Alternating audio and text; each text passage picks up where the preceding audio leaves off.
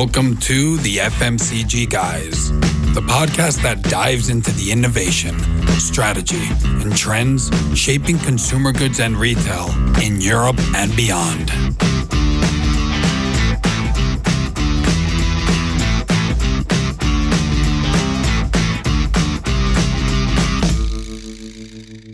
Hello everyone, welcome to another episode of the FMCG Guys. This time again live from Barcelona. So if you're listening to this podcast, which is the most likely possibility, you have to know that you can also watch this podcast. So we'll leave the link to the YouTube video on the show notes. And if you're watching the video, nice to see you again. I'm Daniel Torres, your usual co-host, director at Dwyer Partners Executive Search. And since 2022, proud co-host and founder of the FMCG Guys podcast, where we speak bi-weekly actually, with experts of retail and consumer goods in Europe and beyond, etc., etc. Now I don't know what I was going to say. Anyway, one of the experts in retail that we have in our network, we have here today in Barcelona, it's Nicolas Kroeger. Thanks, Nicolas, for joining us. How are you? Thanks for having us. I'm quite well. Like given the fact I got up at 4:30 this morning to make it here. Actually, I feel quite awake. It's good. I know. Normally, that's the time I go to sleep at, yes. if even. So Nicolas, I'll steal the word from you and say to our audience a little bit about you. I would say, you probably can't say that, but you're a retail expert. I know that you've worked both in the industry and in the consulting side. We actually made that Shop Talk, remember that? We did, yes. Shop Talk Vegas, so that was a fun encounter. It's strange that we didn't go out at night together, actually, as a matter of fact. We'll have to leave that for the next one. We do. It's going to be in March. You should come. Exactly. Maybe there'll be a live event coming with us together. And currently, he is the interim chief digital officer at Manor AG, which is Switzerland's largest department store, right? Yeah, it's a department store chain in Switzerland. Got 59 department stores all over Switzerland, which for that small country actually means a lot. It's a lot of departments. Yeah, and I was asked to fill in for a couple of months as their chief digital officer. So that's what I'm doing right now. Which you've very recently kicked off. Yes. Yeah. Well, it's been a week. Exactly. So, wow. So maybe Nicolas, you can tell us a bit about your career background, how you ended up being a retail expert with a twist of digital in there as well. Yes. Well, I have a very colorful background. So you do. People who know me know that I've been an opera singer back in the days, so I've got a creative background. I also have been a photographer, so there's more to it than that. But I actually had a career as an opera singer. I was singing at the State Opera of Hanover for a couple of years as a soloist. But that shouldn't distract us now. How long were you doing opera? Well, it's my degree, so I studied it at university. There's a special form of conservatory in Germany. It's called Music University, so you get a university degree, but it's also an education to bring you on stage. I studied that for a couple of years, and then I sang for roughly, my professional career was roughly 4 years, I would say. Wow. And you combined that with like some type of business, or was it like full-time opera singing? Well, again, I chose a second, as an opera singer, you're basically supposed to have a second idea, a plan B, basically. So what football players should do and they don't. Yeah. So my plan B was very smart. I wanted to become a photographer, which is also like a job that's like super easy to earn money in. Yeah, exactly. Anyway, so I got trained to be a photographer, and I started my business very early on. I was only like 21, 22 years old, and I sold headshots to artists, which worked quite well. So I worked for some magazines in the end, like classical music magazines, and for larger artists, and I did their headshots. And I started shooting fashion. And that actually brought me to my business career, which was happening at the same time. So when I was 22 years old, I joined a startup that was at that point starting to sell luxury fashion. So you did a lot. Sorry, you did a lot before you were 22. Yes. Wow. No, like I was still a student, actually. I had trained to become a photographer. I was still a student of opera, and I joined that startup that had just begun to sell luxury fashion, secondhand, online on eBay, which at that time was sort of like the dark web type. Like nobody was selling that stuff on eBay. And I built that startup with them while I was still a student. So I actually had 2 careers at the same time. When I was at the Opera House, I was working full-time as a manager in that company that at that point had grown. It had become sort of like a specialized service provider for fashion brands, integrating them on various platforms, digital platforms online in a full service model. So we would do the logistics, we would do the customer service, the product data, everything for them. That's what I did. And then, well, after a couple of years, at the Opera, I decided I wanted to earn money because it's a challenging job if you want to have a family, if you want to have a car, a nice apartment. So I decided to follow the business path, and I founded a small subsidiary for that company in the US. And afterwards, we parted ways, and I got into strategy consulting, company called RCP. I did e-commerce, digital commerce, omni-channel commerce, setups for the largest retail and consumer goods companies all over Europe. Became a partner there pretty quickly. And I left the firm last year, and now I'm on the market as an independent advisor / freelance consultant, basically. But that didn't take long. I got a call from the CEO of Manor. He asked me to fill in, and now I'm there leading the digital business of that department store chain. That's me in a nutshell. Yeah, Very I know. quick. I was very excited on you becoming not a freelancer, but a consultant like me. But it hasn't lasted long. So. Yes. But it's an interim role, so I'll be back. Role. So maybe you'll be back, I would say, because there's no guarantee of that. So what led you to go solo, and what expertise are you leaning in, and maybe you can tell us a bit about more what you're doing at Manor AG now. Well, I mean, my expertise, I've at RCP and also before, I've done digital commerce, I've done marketplaces in all kinds of forms. So I've worked with, again, the largest retail and consumer goods organizations all over Europe. I've seen it from a strategic standpoint. I did technology projects, I did growth strategy projects. That's basically what I've learned to do. I was an interim CDO also during my time as a consultant, twice actually. So I sort of know the drill, and coming from an operational background, I did all those things myself. So back in the days, it was a startup that I started in, so everyone had to do everything themselves. I had to pack the parcels. I had to click and do the bidding campaigns on Google Marketing. So in the end, it was a hands-on training and later on a strategic training. And now I think I decided that I'm in a very at a more senior stage of my life. Yeah. So I wanted to just give that expertise to other companies on the market. Maybe also widening my focus a little bit. Right now, I'm looking into grocery a lot because there's some very interesting developments in grocery and FMCG.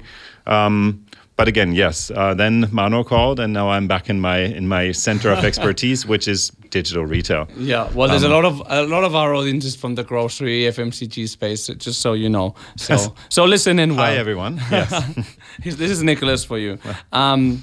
So Nicolas, let's talk about retail. So obviously, there's a lot of factors that have maybe we can start with a bit of the evolution since the pandemic, maybe where retail was when the pandemic hit and how it evolved during the pandemic, and then maybe we can go into the current scenario. So maybe let's zoom back 4 years into. I know it seems ancient, doesn't it? No, I think it's also it's quite valid, because if we look at what retail has gone through in the past 4 years, it's sort of it's so radical. It's hard to also remember it sometimes. I think it's very. You have to actually. You have to take into account that every region dealt with COVID a little differently. So I think from state subsidies that differed vastly between the countries to the way they implemented the measures of COVID, I think there's a very big spread. Mm-hmm. However, COVID was the worst for retail because locations closed, and not many countries were as advanced digitally as they wanted to be. So in the end, it put a strain on logistics, B2C logistics capabilities, because all of a sudden everything that was not food retail had to be delivered or handed over in a click and collect model. So there was logistics constraints. Yeah. There was the constraints that foot traffic didn't happen. There was a gigantic shift in category focus. stores. So all of a sudden, everyone, like you probably remember those scenarios where bicycles weren't available in the market anymore. Everyone was buying furniture for their homes, but no one was buying like evening gown or dresses or nice stuff to wear. So all the fashion companies were suffering badly. Or suits. Yeah, suits. The furniture retailers were just like they were actually super happy because they were going through the roof, which I would say is also an important part to start with talking about the development after COVID, because during that time, again, the spend was there was a spending shift across categories. Other categories were sort of were soaring. Others, like then the classic categories that were the ones that were doing well in digital retail, they were hitting a slump. And what happened, funny enough, is that through that whole COVID period, many of the companies adapted their planning. So they said, okay, now we actually had this big boost and the growth will continue from this level, from this plateau. And that was, I think, a grand misconception all over the market. And it hit the big ones and the small ones. It's not that many of them actually saw it coming. But I think especially when it comes to omnichannel retail, that was, among other challenges, the biggest challenge to sort of find the right balance in planning merchandise, in understanding what to sell through what channel again. Yeah. That was a drastic shift. Right now, I think we're coming back to normal somehow. But in the end, you've seen, or all of you guys have seen, all the bankruptcies, all the Chapter 11s that were happening. Many of the companies were sort of just overwhelmed with the, let's say, unplannability. I don't know if it's a word, but anyways, but we know what you mean. By retail not becoming plannable or not being plannable anymore. It was super interesting. People were always asking about forecasts and what should we do and what should we buy, what should we sell, how should we price. Yeah. But there was no way of forecasting it, because then there was lockdowns, it was open up again, then there was lockdowns, and nobody could predict when the next lockdown would happen. So again, I think in the past 4 years, retail had to reinvent itself. And especially in Europe, it's still suffering. There's a lot of merchandise in the market, old merchandise, old stock that hasn't been sold during the pandemic. So there's a lot of pressure on the discount formats, also supported or also fueled by people being insecure on the consumer side with all the crises happening, with inflation happening. So there is focus on discount right now. The mid-market, that was usually sort of like the strong pillar, is suffering. They're having a hard time. Luxury is doing a bit better. So again, even today, I think the shift or the mix of channels, the mix of formats is not the same as it has been before the pandemic. And like most of the mid-market retailers are sort of, they're struggling to stay alive in a way. They all have cost challenges. They all have merchandise challenges. Yeah. They all have planning challenges. Some of them have people challenges. So I think it's not an easy time yet.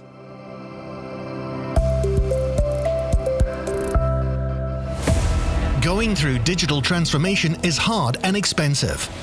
ChatGPT-like solutions automate and speed up almost everything. AI will replace all of our jobs soon. Are these statements all true, or just the newest myths? Meet the SoftServe Business Systems team. SoftServe Business Systems have been helping FMCG businesses worldwide to find the truth in a complicated tech environment for over 20 years now. By applying an exclusive digital transformation framework and offering a single, fully integrated AI-driven ecosystem of solutions, they know precisely what, when, and how to make technologies benefit your business. SoftServe Business Systems, mythbusters of the FMCG world.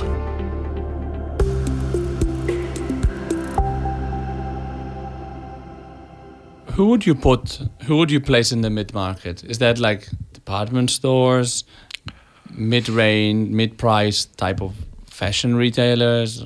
Yeah, I think it's all over the non-food retail. I think food is a different ballgame. But in non-food, it is like the mid-market fashion brands. Look at an international one would be the Esprits or the Marco Polos. Tom Taylor is like on the lower end actually, but still like the brands that were selling merchandise at an affordable price, but people would sort of like not consider them discount. They would consider them a brand. Like the Gap. as well. Maybe. I mean, like even the Adidas and Nikes are not having a super easy time these days. So in the end, it's really the mainstream market that suffers the most, because people either opt for buying something luxurious. I treat myself to a handbag. Or they do discount stuff, because they are right now, whether it's true or not, but the sentiment of the consumers is that they're in a challenged situation, that they have that they have an uncertain future. Maybe you can put it that way. And they feel inflation, especially when it comes to the lower salary brackets.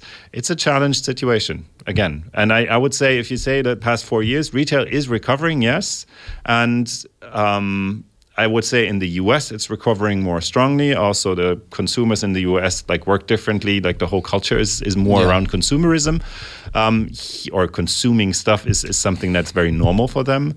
Here in Europe, most of the organizations I work with are still in trouble with their P&Ls. Yeah. Not many are doing fine. Yeah. Because at the same time as you have lower spending, inventory problems and so on. So inventory problems mean selling at a discount.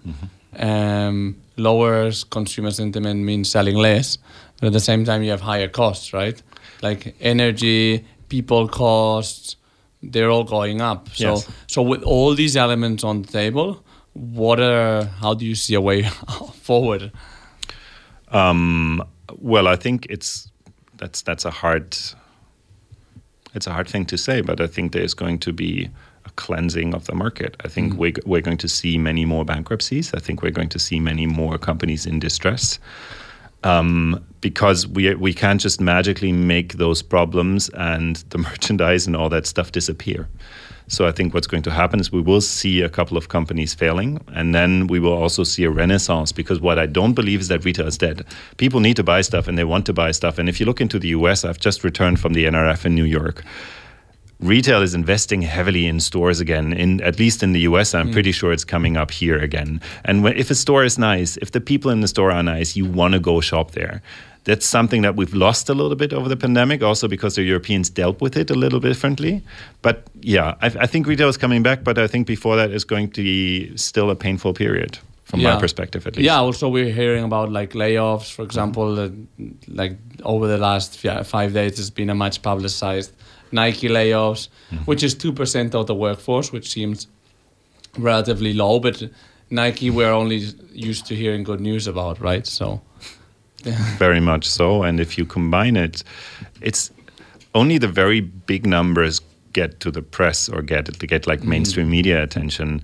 The layoffs in the tech and retail industry have been dramatic. Yeah.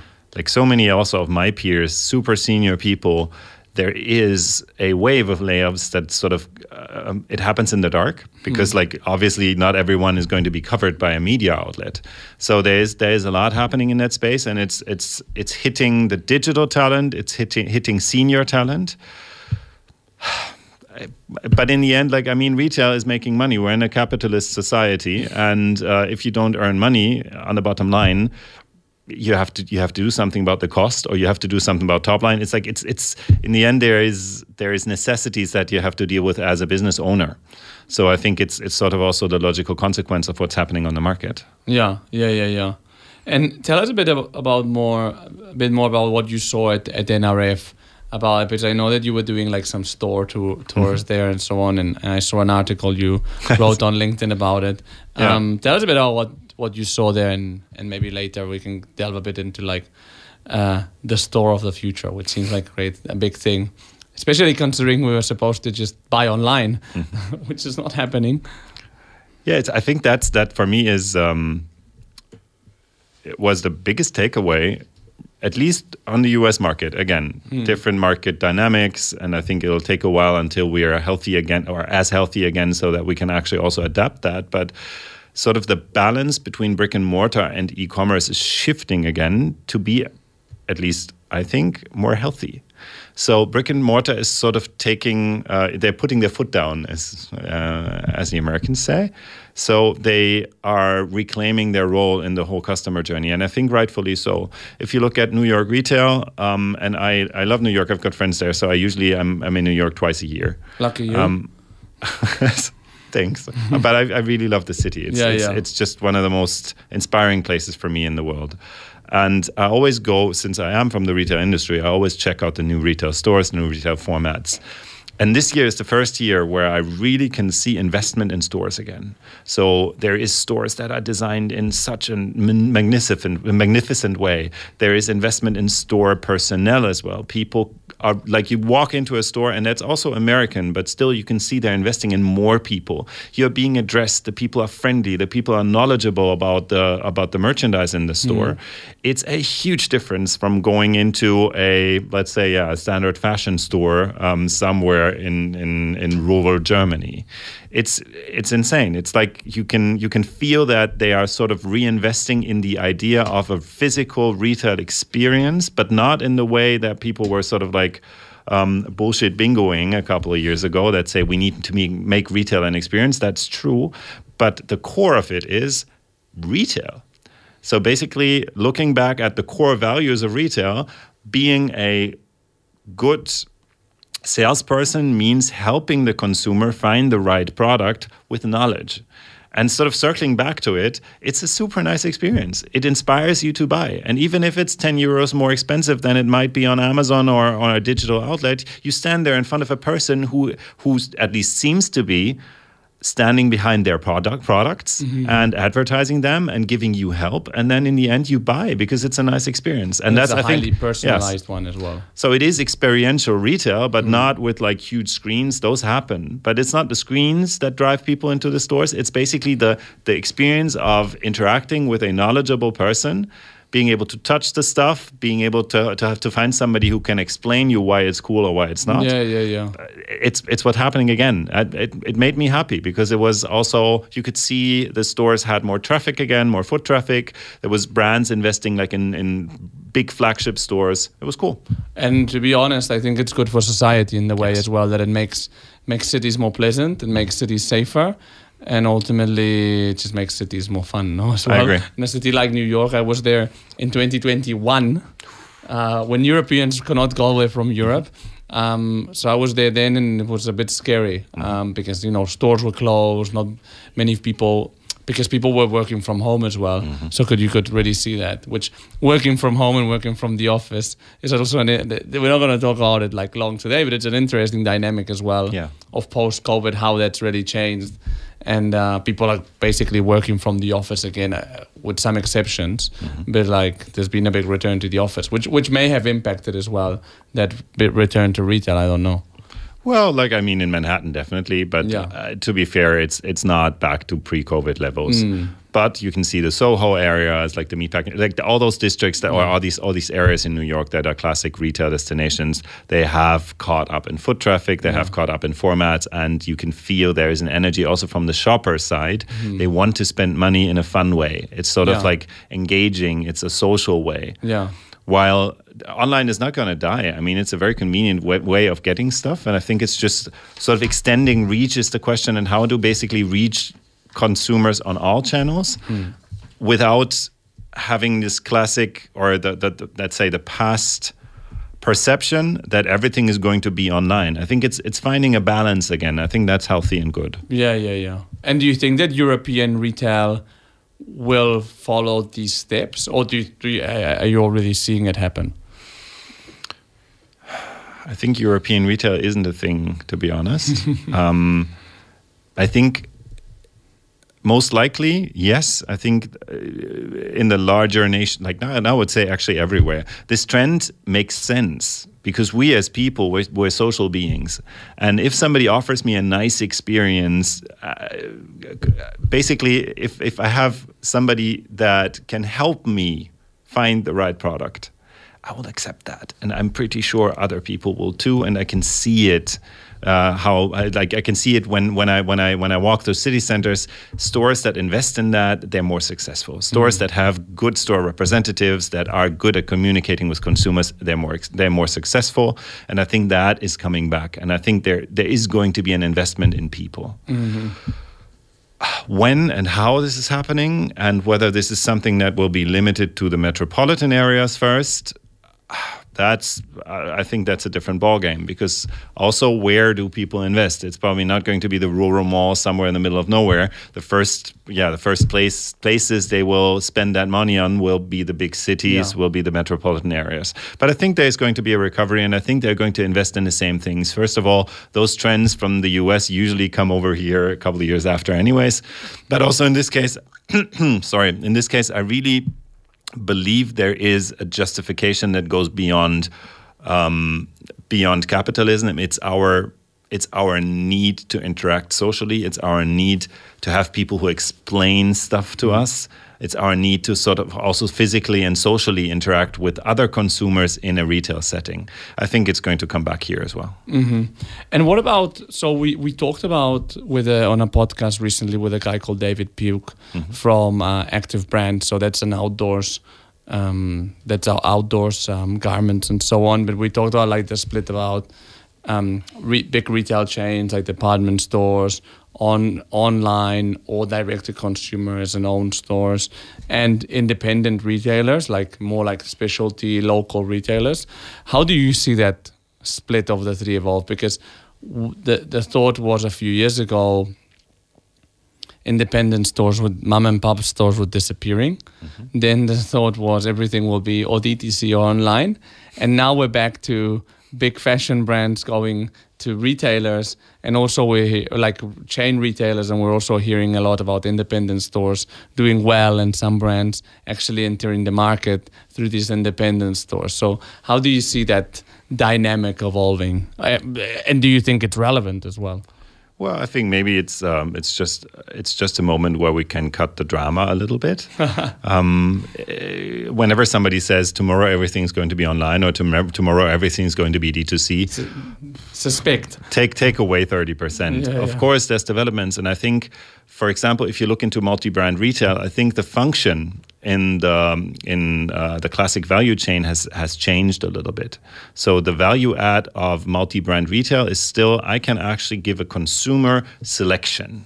So I can offer him a dress shirt not only by one brand, but by three brands. So the consumer can see, okay, this one fits me better, and maybe this pants brand works well, because in most cases, most of the brands don't have full outfits.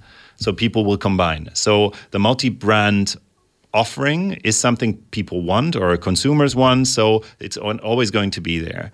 I think what is changing, and that is changing also from an economical perspective, is the model in which brands collaborate with these multi-brand formats is changing rapidly. So many of the multi-category, multi-brand retailers I know are shifting their own buy stock towards concession and consignment models. So basically the D2C development, a brand is directly manufacturing and directly selling to the consumer, is sort of happening on the floors of those multi-brand concepts, because the merchandise is not owned by the retailer, it's owned by the brand. So this is a trend that has many reasons. It's working capital management for the retailers. It's also the brands wanting to control the complete experience towards the consumers. It's about consumer data as well. But this trend is still active and still heavy. And I think that sort of changes the function of multi-brand retail a little bit. But I believe also there's going to be a balance.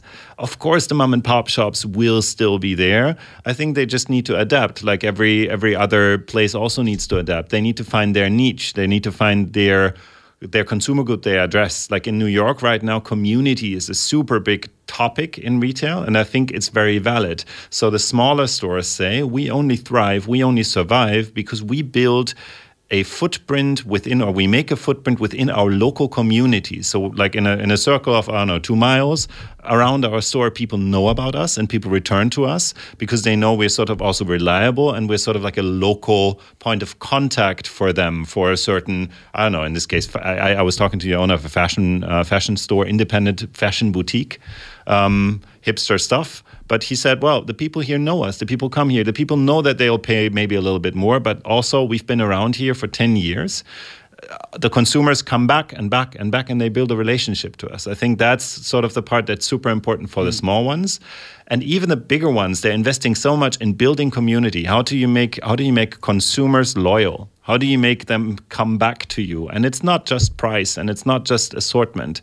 That's one way to go. But like, to be honest, that game has been won by the Walmarts and Amazons of this world. They have like billions of products on their side. So I think the assortment came. It's that you won't win loyalty with that. So you have to find your own way of building your community, and that goes very strongly for the small stores. I think the balance is different. I think people need to still adapt, and the adaptation speed has increased a lot. I don't know how you see it, but like for me, the speed at which retailers have to reinvent themselves has increased drastically.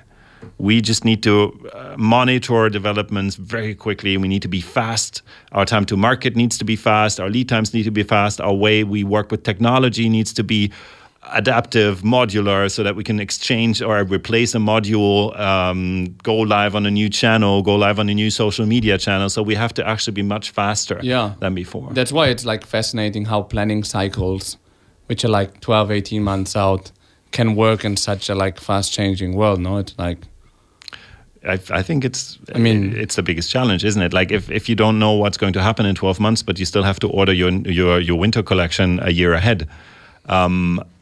How do you do that? I think that's a challenge. Also, there's a development there where more and more retailers go into like sort of replenishment models, so they don't order the full quantity ahead. They just they draw more assortment as the one on the shop floor is sold.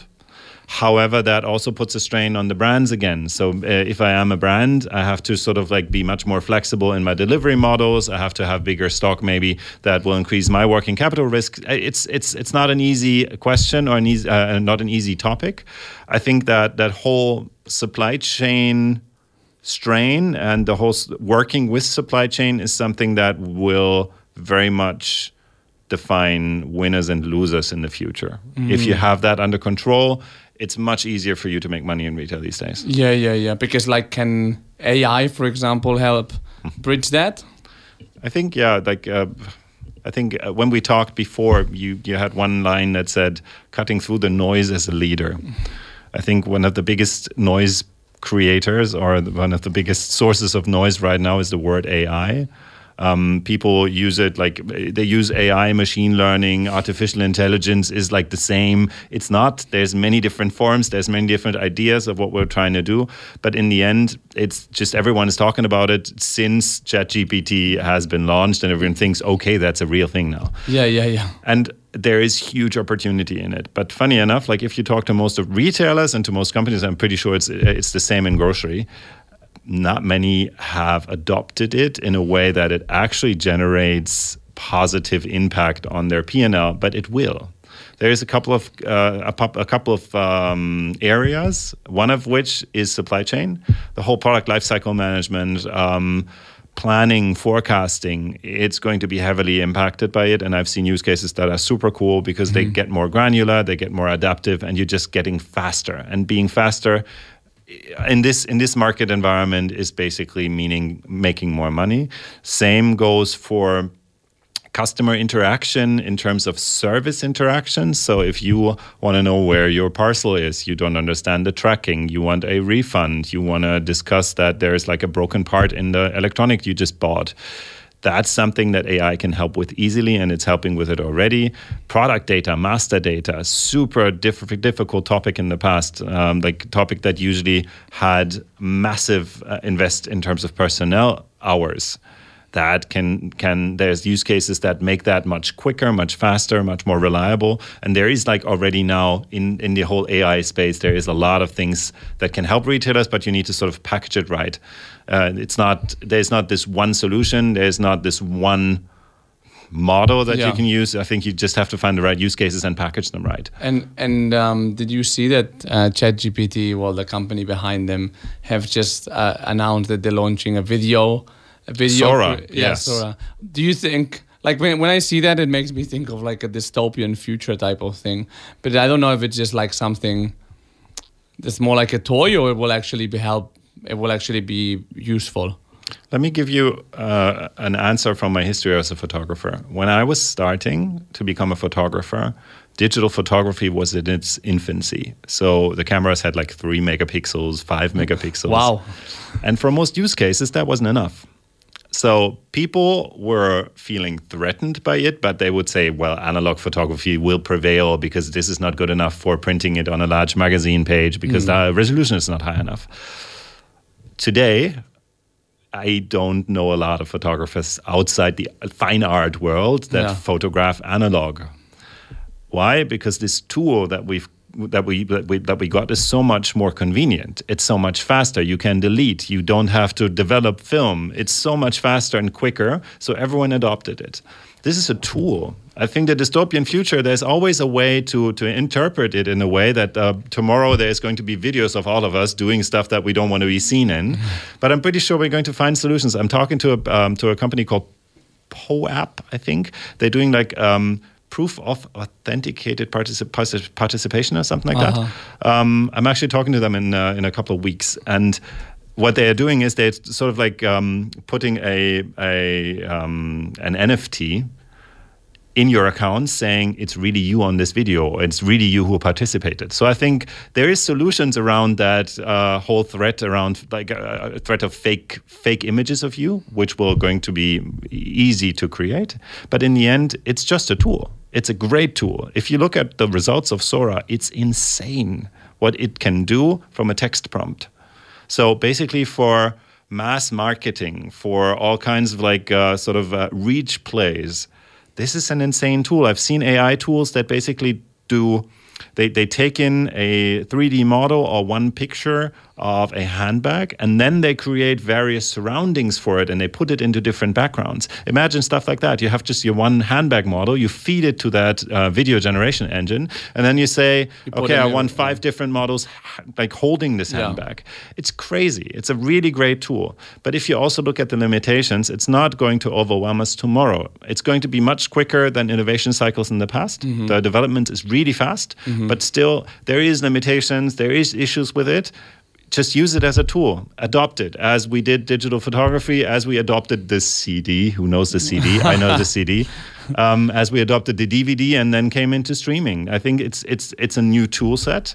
We just have to learn how to use it. And then we also, of course, have to address the threats that lie within it. But I think there's options. Again, as I said, I think there's going to be developments around that. By the way, regarding when we were talking about brands and so on and DTC, you mentioned that a lot of multi-brands are moving brands towards concessions and what's called more the 3P model, right? But you said that it was not only retailers pushing the brands, but also brands wanting to be there to control more their own space, the data, and so on. How do you see that evolving? Because that basically means that brands have to be more DTC ready in terms of their operations, no? Yeah, I think it's a big challenge, to be honest, because many brands have learned the B2B model. They have learned to ship a pallet, and they haven't learned to ship a single item, or to replenish a store, or their little area in the store. It's learning processes, and it's also understanding pricing in a new dimension, because you sort of have to do end user pricing in different locations, which means I might actually want to mark down one product in one location, but I won't in another. So it's learning a new skill set, which can be beneficial. But it's definitely not an easy task. I think many of those brands need help. Still, the market is going in that direction and has been for quite a while now. So many of the vertical brands know their game anyways. So if they have their own stores, I think that helps. And the ones that were historically B2B only, they just will have to adapt to the market. It's a need of the market as well, because if I'm a retailer and I'm in the full capital risk, and with every intermediary in the whole chain, a bit of the margin gets lost. And in a way, it makes sense that the capital risk is more on the brand side, because they have the full margin. They have to incorporate it into their business model with the retailer. So I think that's a different way of calculating it. But in a way, it makes more sense to have the capital risk there than having it at the retailer side. But well, that's also it's basic economy. And I think there's a mix of challenges. It's understanding whether a D2C model makes sense like in full scope, or whether it's just the way the merchandise is being sold. There's like also varying levels of intensity when it comes to these scenarios. Well, I think it's probably like part of all these moving pieces, which ultimately will find like some type of like adjustment, no? Yes. Kind of, because things are never like 100% adjusted, and there's always things that are moving. Isn't it, like if I ask you, isn't it like for me, I would say we live in a time of rapid adaptation needs. So we just need to be extremely fast. We need to be very agile, understanding market developments and being open to change our business model, change our ideas, change our data, change the way we market quite quickly. I think that is what I perceive this time to be. We need to be fast, agile, and open, and we need to have even more than before, we need to have a culture of continuous learning. Because otherwise, the market changes too fast, and we're just like going to be old and out of the market quite soon. We don't want that to happen, do we? Like the thing of like things have always worked this way here. Well, I think it was always very toxic and will never work, but especially now, no, that won't work like that. I agree. What about like understanding the consumer with tech? So, but I think that understanding your consumer is probably the most important thing when you have a brand. How can tech bridge that? I don't know if you learned anything about that in the NRF, but like, I don't know, in-store tech, loyalty, personalization.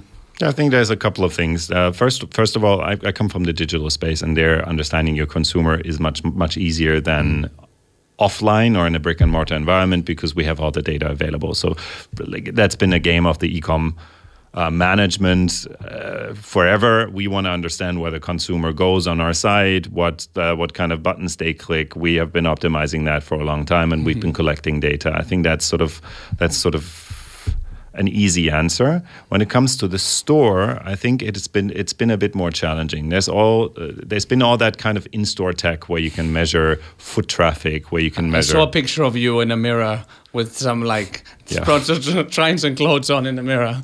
Yes, yeah, the magic mirror. It's still not dead. Anyways, I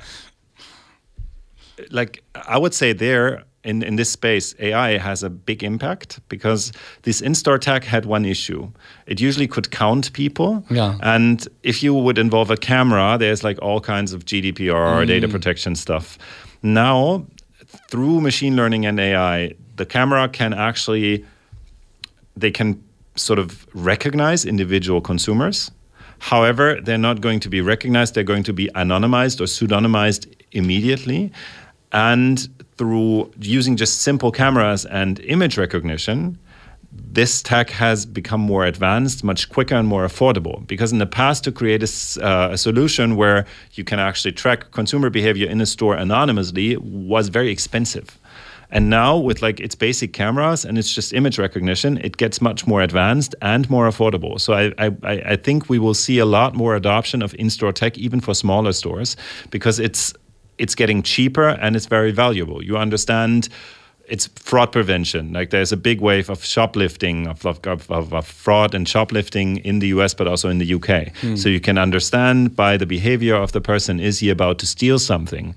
You can, like if you have a self-checkout system, like some of the stores are actually taking them back. They're rolling it back. They're not having them in the stores anymore because people were stealing too much. But now these systems have like sort of cameras that recognize when somebody is trying to steal something. There's a lot of advancement in that sector, and I think we're going to see much more adoption of it because there's use cases for it for any store size, in my opinion. Yeah. The store step thing is interesting. Is there a correlation between speaking English and getting more robberies in your store, since it's the US and the UK that are having that issue? I don't know. Like the UK, it's also new for me, but they have like a lot of like there's a wave of aggression as well. So like there's been fights with store people. There's like I read an article I think 2 days ago where it says like violence against store employees has skyrocketed. Wow. And in the US, I think it's a pandemic situation, or it's become more prevalent in the pandemic because people in the US understanding the US from a perspective of I have friends there. I understand their social security system, and it basically doesn't exist in the way we know it.